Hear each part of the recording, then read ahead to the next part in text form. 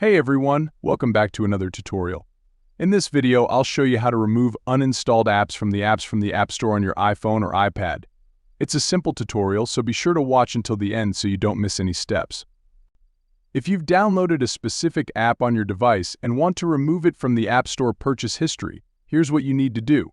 Open the App Store and tap on your profile picture at the top right corner of the screen.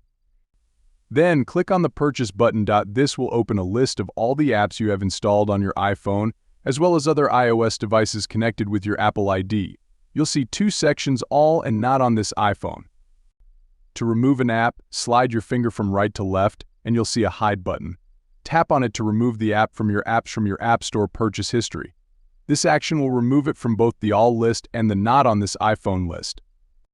However, keep in mind that hiding an app from your purchase history doesn't delete the app itself.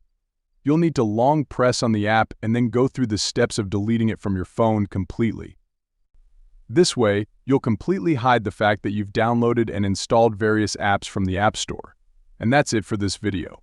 If you found this helpful, leave a comment below and subscribe for more videos like this in the future. Thanks for watching.